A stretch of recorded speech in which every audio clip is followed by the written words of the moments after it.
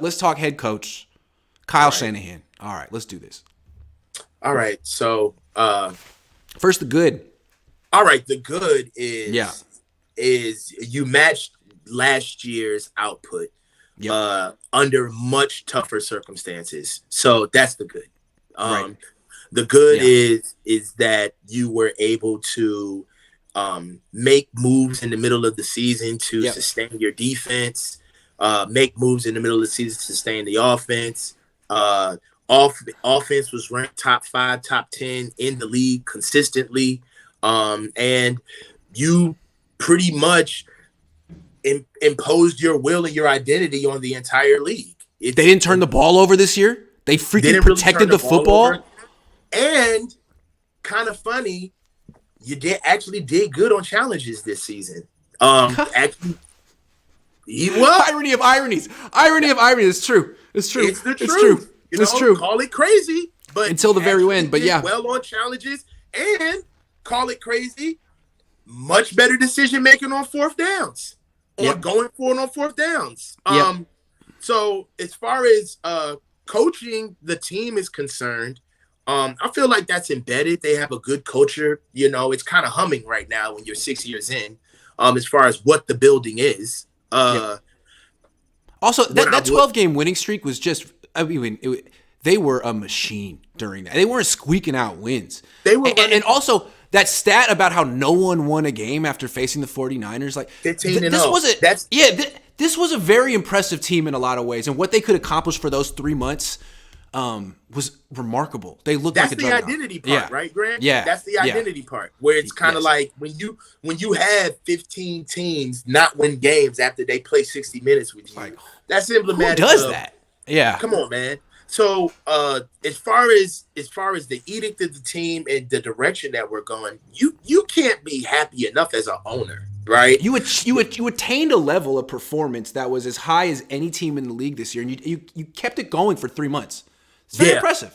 It's very impressive. Very impressive. And you were doing it with a rookie quarterback or guys who were not getting the reps in freaking training camp. You gave all your reps to Trey Lance. He went down, and then other guys came in, and you made it work with freaking coaches who were not on the team last year. Kyle did a lot of this stuff this year. I was just about to say, while losing major coaches from a year ago, for you to be able to match that level of success with brand new coaches and to seemingly not miss a beat, and to, let's be real, they actually, if you look at the season, they finished the season better than they did last year, right?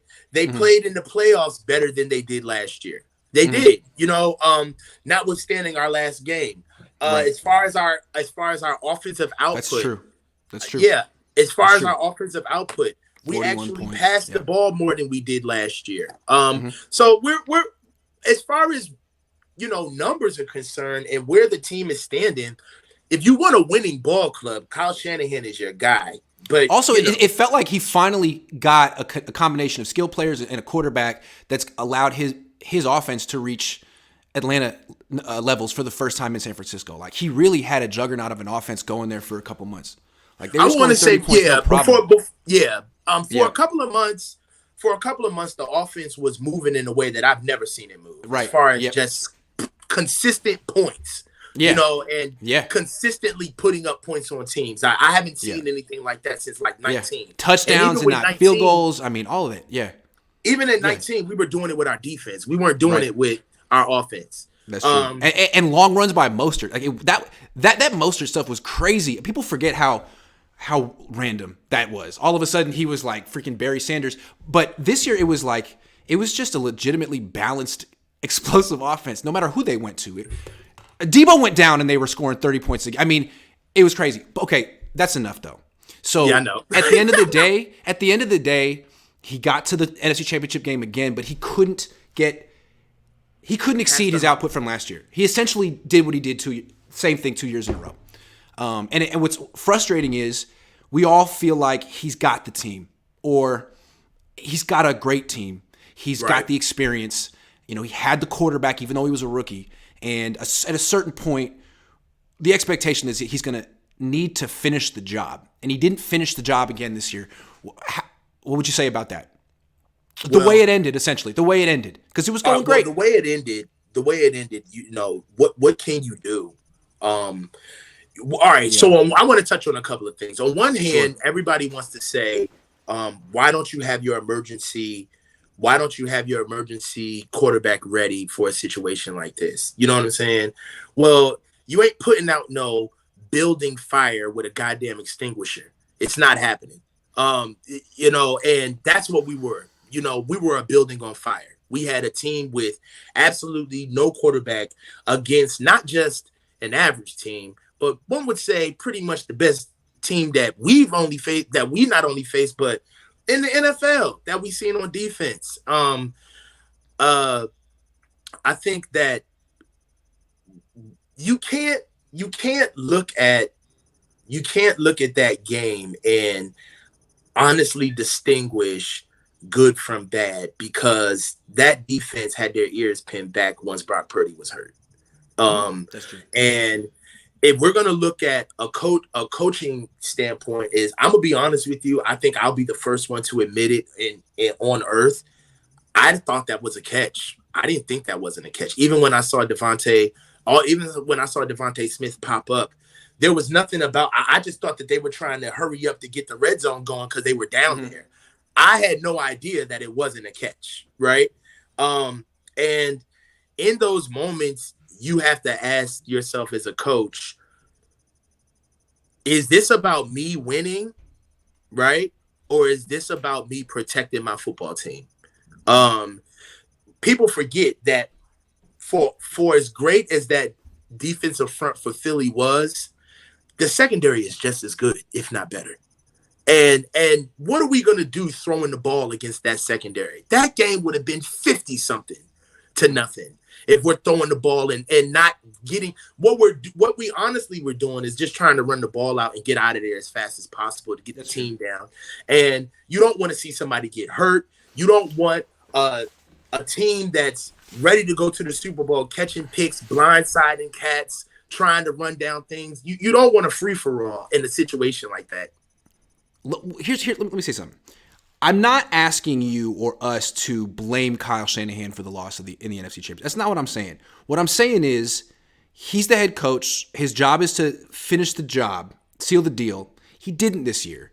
And so now as he goes into his seventh, he's not going to get fired. As he goes into his 7th year as the head coach of the 49ers, what would we like him to focus on, improve at, so that next year he does get over the hump? Is there something he can do a little bit better or a little bit differently? Because I know his attitude is he's the best, it's bad luck. As long as he keeps doing what he's doing, eventually it'll go his way.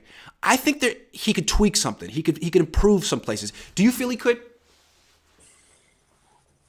No. Wow. It's the one person on the team you don't give any notes to. No, this is not. It's not that he can't. It's not that there's nothing that he can improve on. But as a head coach, I'm not gonna sit here and look at a guy who went to 2 NFC championships back to back and talk to him about what he can do to win one more game. Right? Who's the expert on that? Who's the expert? You know what I'm saying? Who's the expert on the 2-game season? Right? And I think when I watched that game, all right, so let's get persnickety, all right? Well, if you don't want to give Kyle notes, I'll give him notes. I got notes for him. Hold on. Because I know you got them ready. I got some notes. They're fair. I'm not going to kick him in the groin. What I'm saying is that how do you have – okay, let's talk about it. I don't want the show to get off the rails, but let's talk about it, all right? People were calling for Kyle Shanahan's job less than a week after the type of season that we had. If you can be on the cusp of having a historical season, like going to the Super Bowl with a 3rd-string quarterback, whilst having your team playing on that level, how do you lose one game and traverse all the way back to let's decide whether or not this guy should be fired? I don't understand that.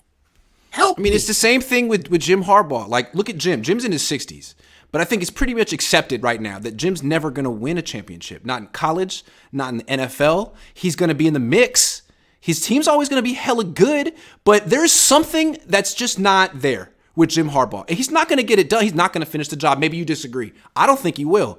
And I feel like, now, Kyle's 20 years younger than Jim, and he has more time, but I'm starting to get that vibe with Kyle, too, that he is good. He can get a team to the top 4, maybe the top 2, but there's something missing, and he's never going to win the whole thing. I can't prove it. It's how I feel. And that's why I'm saying there are some things I'd like, let's start here with Kyle. I feel like he's gotten into this rhythm now the last 2 years where they start slow, they get hot, and they think it like that's their formula. I don't know, man. I think you need to get that number 1 seed. I think that's got to be the goal. Start sooner. Find a way to start sooner, because if this game were at Levi's against Philly, it could have been a whole different game. They destroyed the Packers in the NFC Championship game at home. He won the NFC Championship in Atlanta at home. I'm not saying like be a different coach or throw out play action. Just find a way to start a little bit sooner, because I almost feel like he's telling himself, we can take it easy at the beginning of the season. We can ramp up. Nah, fuck that. Don't do that ramp up shit. That's all I'm saying. Okay. Nothing disrespectful. All right. Okay. Yeah. So with new information, I can change my opinion. Okay. So okay. With that information, I would challenge Kyle to be a little bit more standoffish with the team. I do feel like he's a little too buddy with the team. There you go. I like that.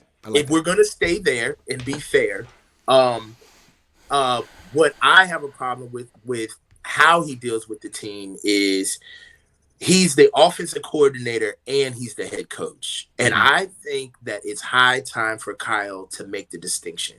I like that. This is going to be very hard. You pulled it out of me, goddamn. I like that. Okay, I like that. Okay. No, but that's a good distinction. I'm not your friend. I'm not the coordinator. I'm the head fucking coach. I'm the head coach. Yeah. And I feel like when you get a head coach, the thing about coordinators are like uncles, right? Yeah. They want to be cool. They want to be. I'm not really the coach, but I'm a coach, right? Yeah. And with that, you get ingratiated by the guys because you're consulting with the guys, because guys like you because I can get you the ball, I can get you open, I can get you paid. You're the good cop. Right? You're the good cop.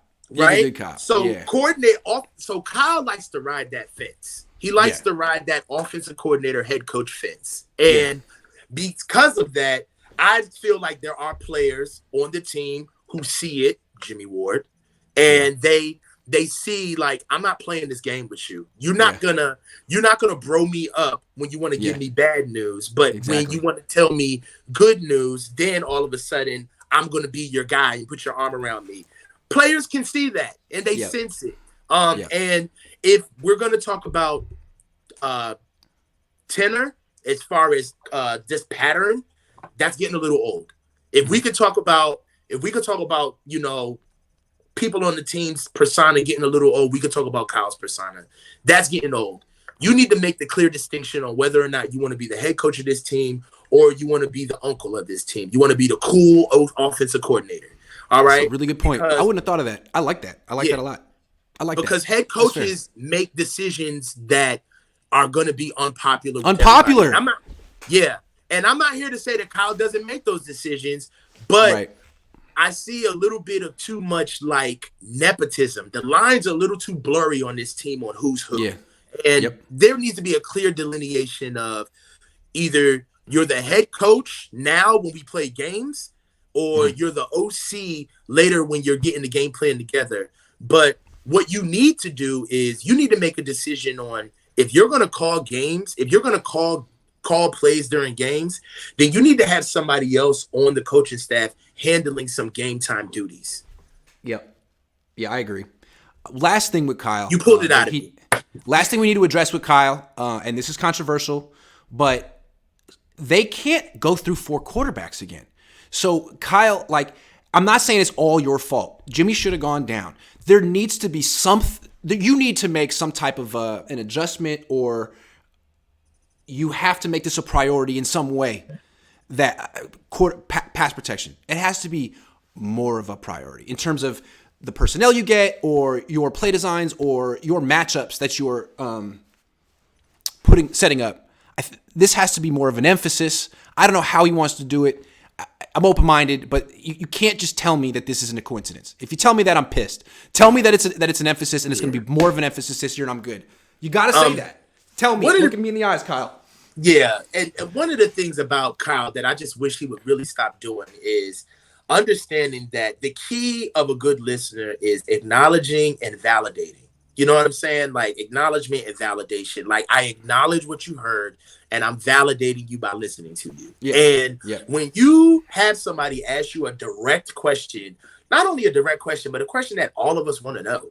You know what I'm saying? Yeah. Now, when you answer it in such a bad way, it tells me two things. One is that you did it on purpose, and two is that you weren't prepared. Like you didn't think that you were going to get asked this. You know what I'm saying? And you think we're that scared of you that we're not going to ask you? Like, come on. And if you did, this is what you came up with? Yeah. You know what I'm saying? Like, come on. Like, what are we doing here? He just thought we were so intimidated we wouldn't ask the question. Well, I'm an asshole. Come on, man. Your free safety said so. It's beyond me how he keeps playing this cat and mouse game with the media like he's not going to be held accountable. It's like, bro, when you answer questions in a huff and when you answer questions as if, how dare you ask me this? It's a disservice to the people's jobs who are asking you those questions. Okay. It's also a disservice to the fans and the players and the team. When he went through and was like, I'm sorry, Josh Johnson bounced his head off the turf. I was like, oh, whoa. Do you understand how that sounds right now? Like, it doesn't sound like you're sorry. He's taking his ball and going home. Dude, don't do it. And you look at John Lynch's face when he's talking, he's like, ooh, that's not the tone we're trying to strike here. Okay, that's enough. All right. Don't do that. You can't be sitting behind the desk with a salt and pepper beard whining like a child. You can't do that. Get it together. Okay. Hey, look, thank you for going there with me. I do want to point out that we spent much more time on this section praising Kyle than criticizing him. I tried. Hey, you did good. I had to praise him. You had to criticize him. We both extended ourselves. How would you give him? How would you grade this year for Kyle? It's a hard one, right? How do you grade it? It's so hard because in the one scale, it's like on the pass-fail grade scale. That's like you had one job. On the other hand, there's so much context in the season. He did so many good things. It's a tough one. It's a hard one. It's almost like taking one of these tests where it's like conceptual learning. Like, it's like it's pass fail. And if you do so good during the test, we pass you. But if you do so good during the test, we fail you. Like in the one sense, it's a fail. In the other sense, it's like a A-. It's an A-/F. You know what I'm saying? Like, damn, look what he did with quarterbacks that he didn't prepare with. Look what he did he had the best rookie quarterback ever. Like, he gets credit for all that shit. I feel like we're grading him on two scales, though. Yeah. I feel like we grade him on the scale of what the team did, and we grade him on the scale of how he did it. Yeah. So what the team did was fell short. But But the story was amazing. It's like, it's tough. We're the only team in the NFL that could dissect a win on how good or bad our coach did and still have a win. That's true. We did that for 12 weeks. We did it for 12 weeks. Yes. Yeah. We all did it. We dissected wins every week. So you could say it's a B+. It's like, that's good. But was it good enough? No. I don't know. No. I would say I would give him a dead set A. A dead set A. And the reason why I would give him an A is because he was a coach of the year candidate. He went deep into the playoffs with a rookie quarterback and won 2 games with a rookie quarterback. Okay. It's true. And the offense ranked in the top 5 for the whole year. And so did the defense. So you can't. I guess the reason I would be hesitant with that A is the way they lost the NFC Championship game. What would you have wanted from him, Grant? What would you have liked to see in the NFC Championship game? Man, I felt like not even calling a timeout on that 4th and 3 felt like you weren't really locked into that game. You weren't there yet. You weren't quite there. And it's like, we talked about that, me and you, like, man, when they do face the Eagles, like, it's right away. It's when that game freaking starts. It's literally right away. Yes. So I don't think he quite got that. And then again, the way he scripted his initial script, to me, he was trying to expose Reddick. Like, he didn't think Reddick was that good because the week before, they gave Micah Parsons respect. They looked at him as a game wrecker and didn't let him wreck the game. They didn't look at Reddick as a game wrecker, and then they let him wreck the game. that's why I felt so good about this game, because remember when I talked to you about Uchenna Nwosu, what he did to Tyler Croft in the first? Yes. And I was pointed it out there. You're like, yo, Tyler Croft is not a good blocker. Yes.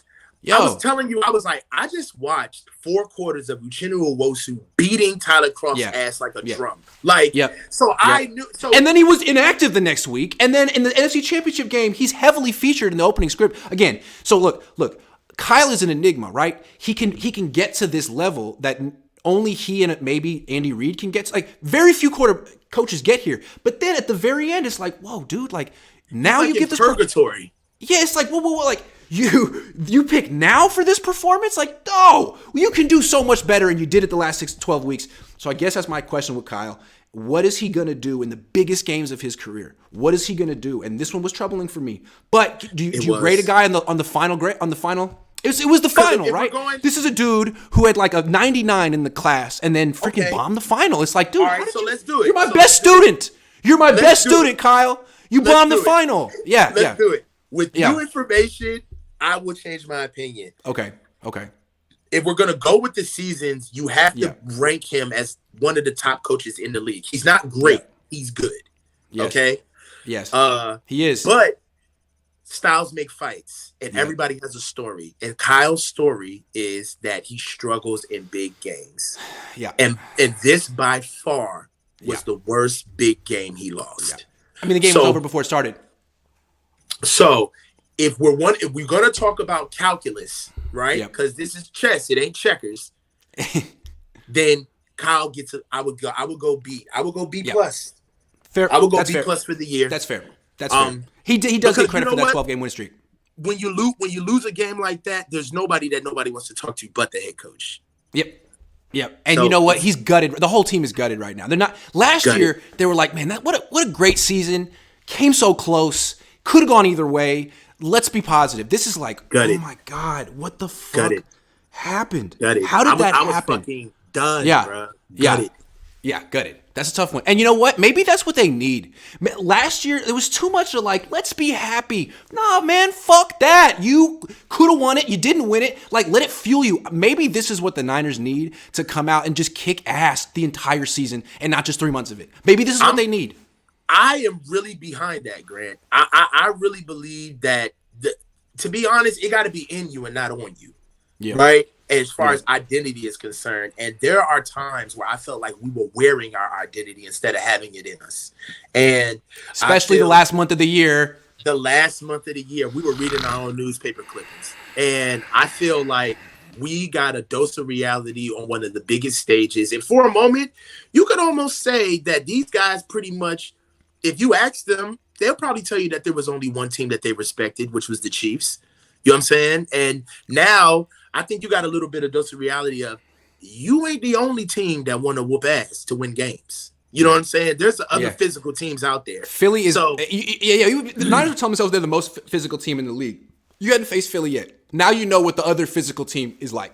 And then frankly, they got you in the trenches on both sides. So now you got something to measure yourself up against. And I think, again, the Niners are going to be better. They should be better next year. Philly should be worse. That game should be in Santa Clara next year. The Niners should win it. We got worked over. It's the truth. Yeah. But you know what I'm saying? That was an old style ass whooping. They got us. It felt like a boxing match that was over in the first round because one guy just held his hands too low. It was just it was 12 rounds of body blows, man. It was 12 rounds of body blows. There was nothing you could do about it. And that's true. And from a coaching standpoint, I know I kind of rambled on the game because I just had PTSD, man. But honestly, from a coaching standpoint, you really are thinking about getting your guys out healthy.